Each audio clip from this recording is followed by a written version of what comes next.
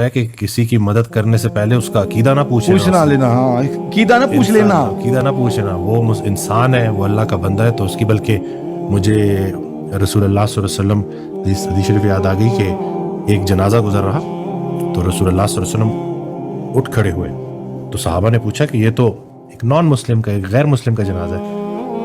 تو رسول اللہ صلی اللہ علیہ وسلم نے جواب دیا کہ کیا اللہ کا بندہ نہیں، کیا انسان نہیں؟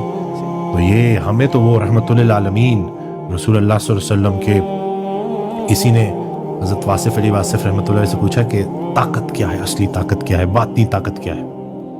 تو جواب دیا وہ پورا ان کا مفہوم کہ جسم لہو لہان ہے، فرشتے انتظار میں کھڑے ہیں کہ ابھی حکم ہوگا اور ان کو نیست و نابود کر دیا جائے گا پتھر مارنے والوں کو. صحیح.